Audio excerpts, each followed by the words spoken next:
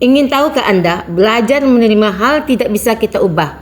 Untuk itu, tonton video ini sampai selesai. Berikan like, komentar, dan subscribe. Pernahkah merasa lelah karena terus memikirkan sesuatu sebenarnya tidak bisa Anda ubah?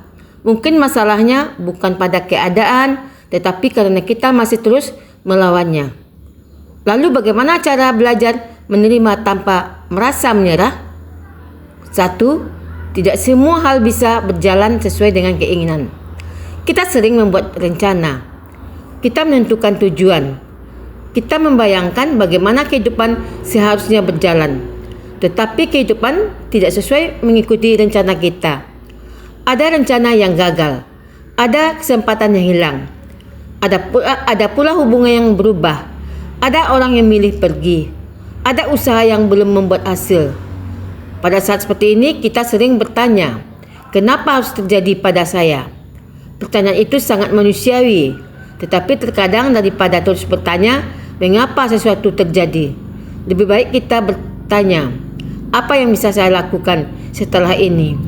Karena kita mungkin tidak bisa mengubah apa yang sudah terjadi, tetapi kita masih bisa menentukan bagaimana kita melangkah setelahnya. Kita tidak bisa mengubah masa lalu.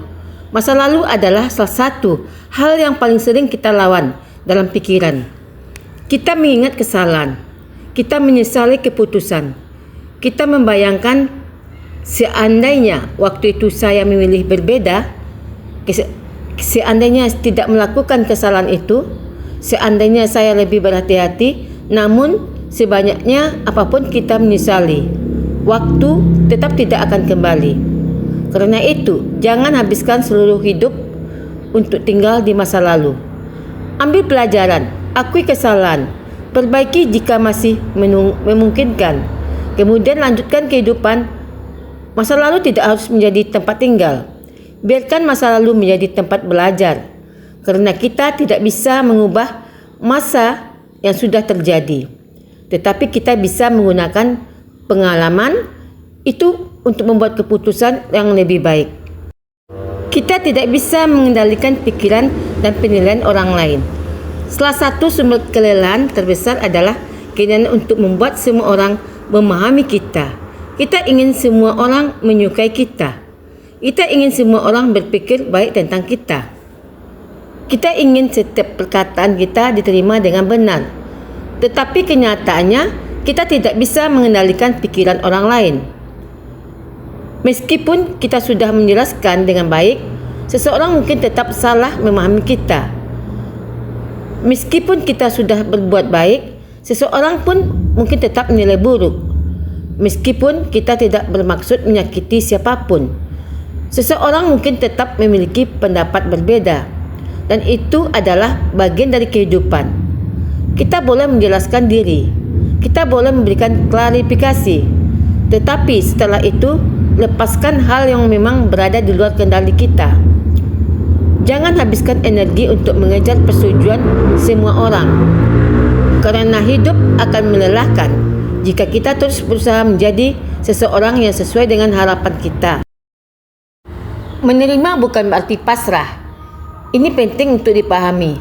Ada perbedaan antara menerima dan menyerah. Menyerah berarti berhenti berusaha meskipun sebenarnya masih ada yang bisa dilakukan.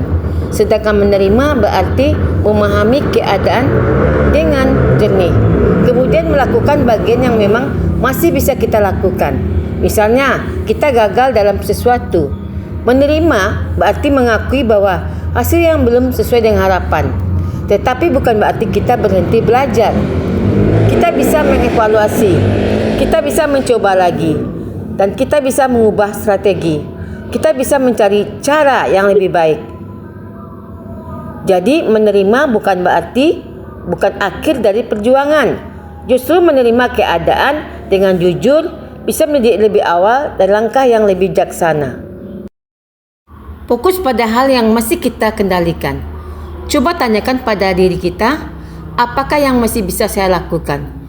Jika orang lain tidak menyukai kita, kita tidak bisa mengendalikan perasaannya, tetapi kita bisa mengendalikan sikap kita. Jika masa lalu tidak bisa diubah, kita tidak bisa kembali ke